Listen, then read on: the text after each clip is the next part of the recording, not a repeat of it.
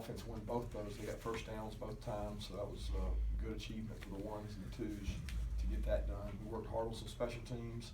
And I was really pleased with the kids' work ethic today. I was a little worried going out there. It's getting to that point. You know, that point hits practice 9, 10, 11, where it gets kind of ho-hum. But we had some good spirits out there. It was great weather, some good pads popping. I thought the offense tried to play a little more physical and run the ball a little better. And they challenged us up front and came off the ball and hit us. We're also getting a little thinner. I don't know if you noticed, Daquan Hawkins has an injury. He may be out the rest of the spring. It's not as bad as Michael Barnett's, but very similar. So we don't know if we'll get him back or not for the spring game.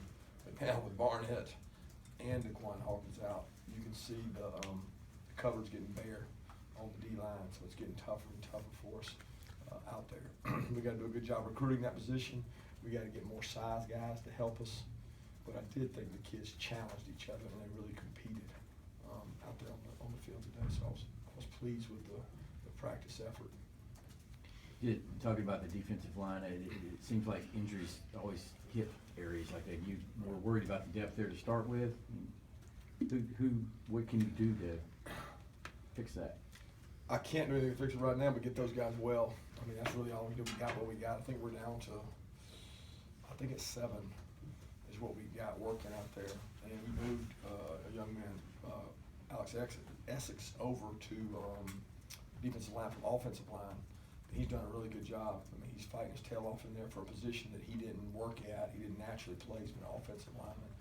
But we're trying to improve it for fall. You know, we got 4 guys coming in the fall, and we hope they provide some depth. Those guys are going to have to really get after it, be able to play early. I say 4. Julian's here now, so that's really 3 guys coming in that are going to be able to give us some depth and compete and play.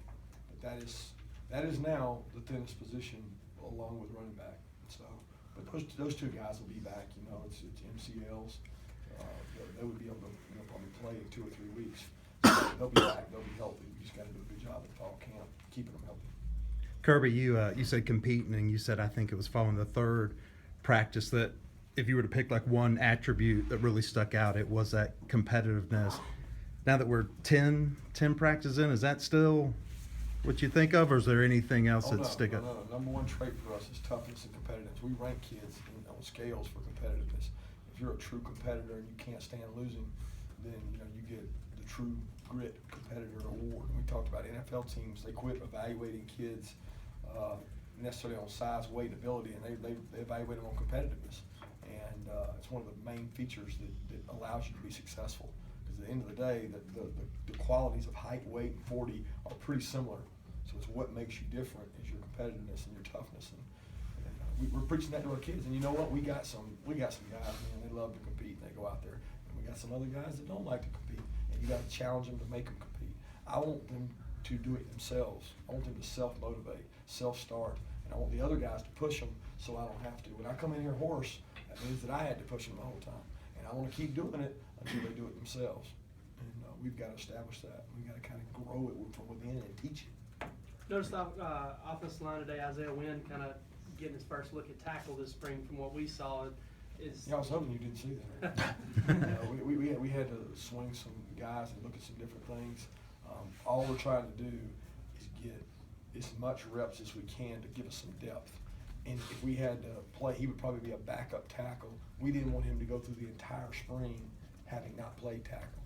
So with scrimmage 1 being over with, and then we're getting ready for G-Day, we wanted to get him a couple snaps. So he's probably going to work there. He did today, and he'll work there probably some tomorrow. And that allows us to get Lamont some reps at guard and also at center. He's been playing backup center, but he may end up being a guard there too, so he gets some snaps there. So, O-line, has it been pretty stable since that first 5 and even the second 5 that you put out there day 1 of spring practice? Define stable for me, so. As in not, you haven't blown it up very much. You're not, Isaiah's working left tackle is kind of, or tackle is kind of a, backup. Yeah, he's a backup guy. He's been the left guard every play until today, so he went tackle. So today was the first really change that we've done. We messed Dashawn around. He's played a little tackle. Stable is quality reps and quality 2 deep. We're not there because we gave up some sacks in the scrimmage and we didn't pass protect real well. So, but if stable is not changing, which I think it is, there has not been a lot of change there, but we've got to get better.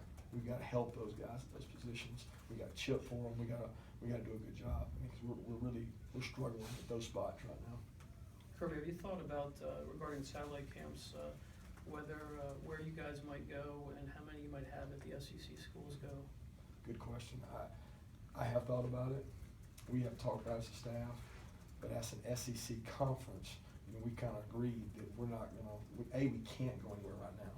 Right. But I'm assuming you're talking about they drop the rule Yeah. and the rule changes. We've got to be prepared. So that's there, and it's like waiting in the brink, and it's like who's gonna be first and who's gonna go where, and everybody's lobbying, but we're gotta be careful because we're not going out right now and saying where we're going. So we gotta wait and see if it happens. If it happens, we'll be ready for it. We got some decisions to make. Because it's tough decisions. I mean, ultimately, every SEC school wants these kids on their campus. I don't wanna have to go to them, but if it gives somebody a competitive advantage to go to them, then we may wanna do the same thing. So we've looked into it as a staff. We've got a plan ready to kick in if it happens, so we'll be prepared for it. What do you think about Harbaugh and Meyer coming to your backyard? I think it's very smart on their part. I think they've got a right to do it, and like I said, we've got a plan ready. You'll see soon enough. Looking forward, your next scrimmage is Saturday, is that correct? Do you see, will Saturday scrimmage be competitive from the standpoint of these guys still earning jobs, or obviously you got a show to put on a week later at the G-Day game? Is it preparation for, No, Saturday scrimmage will have nothing to do with G-Day. I mean, to be honest with you, G-Day, it may be a show, but it's a practice to me. I mean, we gotta go out there and get better. And the good thing is we hope to have a great environment where the kids get butterflies in their stomach, get to play in front of a crowd. It's amazing how some guys perform better, some guys don't perform as well. They get anxiety, and you'll find that out. But this Saturday scrimmage for me is all about finding our best 22 and our best 33 and then our best 44 to find them and put them in the right spots. So it'll only be about that, find the best players. We'll do some different situations, but it'll be scrimmage and tackle and try to get better.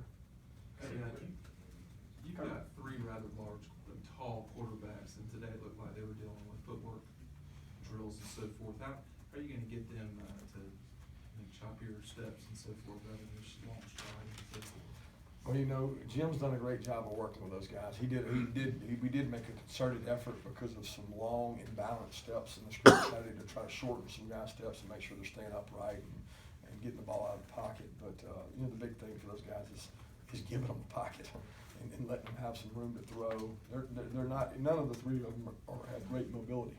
So we got to do a good job of controlling the pocket, not getting pushed back in the pocket, and not getting shortened on the edge of the pocket. So those guys got to do a good job stepping up when they get a chance. We try to do some different drills today to make them move their feet in the pocket and improve. Kirby, is there anything after going back and looking at the tape of the scrimmage, maybe you weren't aware of at the time last time you spoke with us, as far as maybe something that didn't look as good or as good, or whatnot? No, it was about what I thought. We didn't run the ball real well, and we don't have a lot of backs, and we didn't tackle extremely well defensively, which is concerning because we didn't get many opportunities to tackle, really good skill guys. So the times we did, we had missed tackles. So we're trying to simulate those situations out in practice today. Get guys in space, make guys open their hips and tackle people and be good tacklers. But it is what it is. It's what I thought coming in after the scrimmage. We had the same kind of stuff. We gave up too many big plays on defense, gave up too many sacks on offense, and we got to protect the quarterback better, and we got to run the ball better on offense. And we can't give up those big plays on defense. Now, what I thought we did well, I did think that the defense ran to the ball well, and the offense hit some explosive plays, which in the vertical passing game is good. But that's kind of what I thought coming out of it. Are you more pleased with where special teams stands right now than you maybe were at the beginning of the spring? No doubt, I'm more pleased than we were at the beginning of the spring. Beginning of the spring, I was scared to death. Now I'm just scared. So I'm not scared to death. I'm just very worried. But we've got to improve in that area. But there has been progress made. Don't get me wrong. We've got a good setup. I think Shane's doing a good job with drills and different things to simulate things for them. And we're challenging those guys out there. And the best thing we've done is make competitive situations where it's not a team against a scout team where a kid feels like he has no role. We've got good players going against good players, and I think that makes you better. And we're trying to do that on special teams. You know, a while ago you had said that philosophically you wanted one special teams coordinator. Just wondered if you would clarify that, and also why you thought Shane was that guy that could do it. Yeah, I want one guy, because I think that it's easier for one guy to do all of them than crisscrossing. I think when you start crisscrossing, it's hard, because the time demands, when one guy's centered and focused on that, it's a lot easier for him to center and focus on all four. He can put the whole plan together, so you're not having to interact with 2 or 3 people to do that. And that's just kind of what I've done with Coach Saban. I've always felt the best about it, and I knew I was gonna be involved in it, so I was gonna be a piece of the puzzle too. And I think Shane's experience, his dad's always been known for it. He's very competitive and challenging in the meetings, and we got a lot of assistants for him, quality control guys that do a good job. So we're getting good reps, quality reps out of those positions. And I'll be honest, these kids are working hard during that period. They don't take the period off.